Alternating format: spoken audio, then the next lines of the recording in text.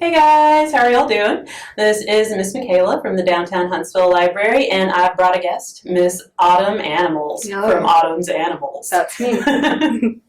So she is our lovely youth librarian here at the Downtown Huntsville Public Library, and today she is going to be presenting the kids portion of our books for Book Connections, where we like to introduce children's and adult books that follow a similar theme. So, Autumn, if you'd like to get us started off. Oh, but what's our theme today?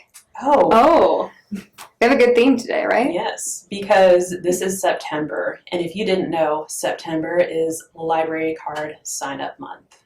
Yeah. So we are reading books all about libraries, librarians, and our favorite library books. All right. So my first book is very, very eye-catching. This is The Book Hog by Greg Pizzoli. As you can see, they utilize a lot of really great colors in this one. So this one actually is an award winner. It won the Theodore Seuss Geisel Award for 2020, I believe. So think about a time before you could read. Now, it could be a while ago, but think about a time before you could read. Michaela, you do this too. It's definitely a while before. And just, did you ever pick up a book and maybe you held it like this and you flipped through and you were just pretending like you could read? Did you ever do that? Did you do it, Michaela? Oh, absolutely. Absolutely. I did it too, a lot. Well, that's actually a really common practice amongst children, and in the Book Hog, we learned that it just might be a common practice among pigs too. So if you're feeling nostalgic for that time when you were just learning to read and you were discovering the magic of books, I highly recommend picking up The Book Hog by Greg Pizzoli. All right, let's do our second book here. Hope I don't run out of space. This is The Midnight Library by Kazuno Kohara. And this one has some really cool colors, as you can see. So this is about a little girl and her 3 owl assistants who run a midnight library. And they get into all sorts of shenanigans. Basically, they're running around making sure that the building doesn't get set on fire, which is actually what it's like to be a real librarian, which is pretty cool. Yes. Very accurate. This one's very accurate. So I love this book so much. Here is some proof here. If you look inside, I've done some horrible plastic surgery on this book so that we could keep it circulating. As you can see, I'm not so good at it, but it does the job. And this one, as you can see, it has these really great like Halloween colors. So if you're interested in it, check it out real soon because it's probably going to be a hot item in the fall. All right, can you see like this? Okay. Our next book is actually a nonfiction book, but it's pretty short and it has a lot of beautiful pictures, so it's a great one to introduce young children to nonfiction. This is Planting Stories, The Life of Librarian and Storyteller Pura Belpre, and it's written by Anika Denise. So, as the title suggests, this one is a biographical story about Pura Belpre, and she was the first Puerto Rican librarian to work in New York City. So, Michaela. Yes. Yes. Can you think of maybe a couple of stories or books from your childhood? Oh, absolutely. So, my favorites were usually like fairy tale-esque books. Mm-hmm. So I really liked Maurice Sendak. My favorite of his books was Outside Over There.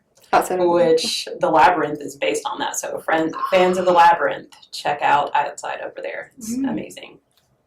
My other favorite was The Talking Eggs by Jeremy Pinkney, because that was the first time I'd seen a fairy tale that featured African American characters. Okay, so The Talking I Eggs. enjoyed it. Okay, so imagine that you just got a job at a library and you go to the shelf and you're really excited to pick up some Maurice Sendak and The Talking Eggs. I'd be excited for the little critters because they were my favorite, yes. So you go to check the shelves, and none of them are there. What would you do? So what Pura Belpre did is she actually decided that she was going to put on some puppet shows with her stories, and she actually eventually wrote her own books where she took all of the stories and wrote down stories from her childhood, that is. So if you're interested in learning how Pura Belpre became one of the most iconic librarians in history, check out Planting Stories. Let me see if I can fit this right here. So a quick bonus fact is that Pura Belpre actually has her own award. So it's an annual award that's given out to Latina and Latino authors and illustrators. So if you're interested, you can just look for the seal at the front of the books. This one is Lowriders, The Center of the Earth, and it is a graphic novel. It's pretty popular. If you are interested in checking out a list with the Pura Belpre Awards, you can go to guides.hmcpl.org/youth award winners. And that guide is put together by our very own John Schafel. Yes, he works in our department, so shout out to John. All right, one more book. Gosh, only desk was a little larger. Yeah, to do them stacking skills. Yeah. Nice display here. Okay. The last book is The Library Book, which great title, by Tom Chapin and Michael Mark.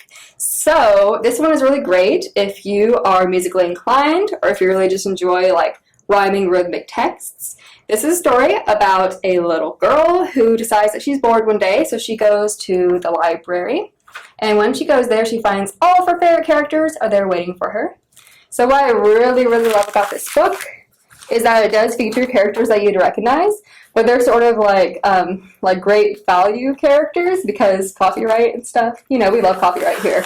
So if you look inside, for example, here is, if you can see it, it's the cat in the hat, but, you know, great value. Here's Winnie the Pooh, and here's Pinocchio. It's pretty easy to recognize. So this book is actually a really fun one if you're into, like, really looking at the pictures with your children. It's like a little scavenger hunt. So be on the lookout for your favorite characters in the library book. All right. Somebody saw a picture of that sitting in the workroom and thought that was a picture of me as a cartoon. Yes, you know what? It kind of does. It made my heart smile, not gonna Yes. lie. Okay, I feel, so my books are not as upbeat because I brought adult books. I'm gonna start with my saddest book first and then work my way back around to happy. Smart. Just putting that out there. So I haven't actually finished this book. I've had to take a few breaks from it because it's a pretty intense read. It's called Syria's Secret Library by Mike Thompson. So Mike Thompson is a journalist from BBC, and he was interviewing survivors and rebels from Daraya, just outside of Damascus, during the 2011, 2013, and on bombing of Daraya. So it tells the story of the students that remained behind in the city as other people were evacuating and built a bookstore that they later turned into a library for the community that remained. It's very heartwarming, but again, it's a very hard read to get through. So I've had to take several breaks from it. I really enjoyed it. One of the most fascinating parts of the book is that the lead librarian, well, self-proclaimed lead librarian, is actually only 14 years old. Oh. It's an amazing read. It's beautifully written, and it's an amazing story. I've truly enjoyed it so far. I will finish it one day. But again, it's a tough read. Got to take a lot of breaks. Leading into that, this is What a Library Looks Like by Kyle Cassidy. So this author and photographer traveled through the United States interviewing librarians and also authors on what libraries and librarianship meant to them. So to connect these two together, the library that was established in Daraya was to help them to keep their minds and souls together in the midst of all, you know, that we're going through. Libraries in the United States, even though we're not in as desperate times, kind of serve the same purpose, and they serve a lot of purpose that not everyone realizes. So when I was a kid, I really only came to the library for books or movies. We didn't even really go to programs a whole lot, even though they were offered at the library that was right down the street from me. It was the Bessie K. Russell Library, which is going to soon be the new North Huntsville Library. But as I started working with the library, I saw a lot more of what it did. So we provide social services, we provide computer usage, and I think the most impactful thing that we do is we provide a community center for people. So the people that use us on a regular basis, they know us. Not always by name. I'm frequently referred to as the one with glasses or the one with the hair. But that's okay. That is okay.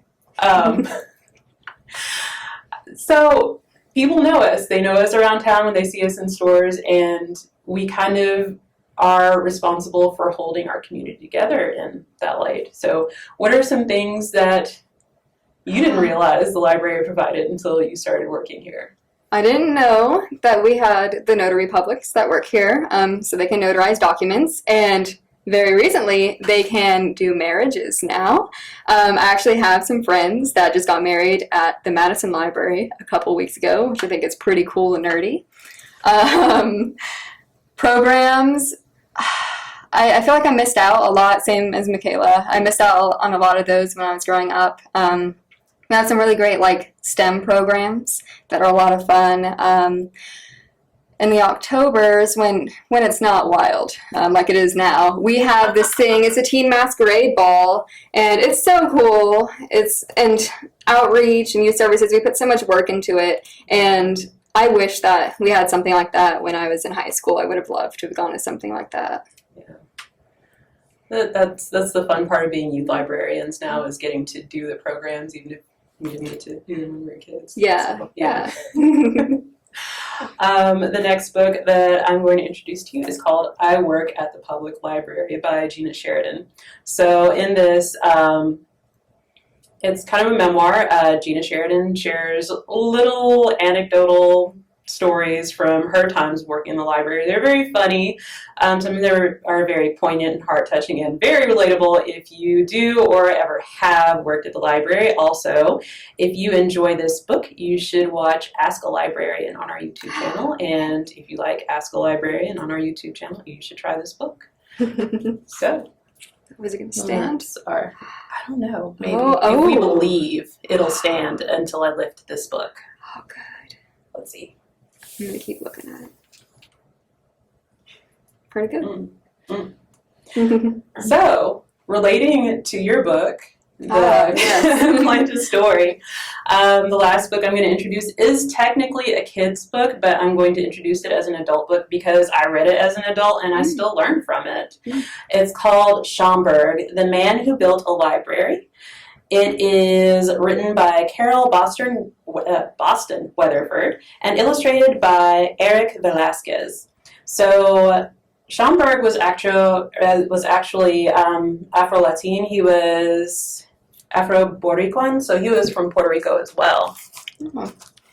So I enjoyed this story because the reason that he decided to start a library of his own was because as a kid, when he was taking history, and he was born in, was it 1874, I think?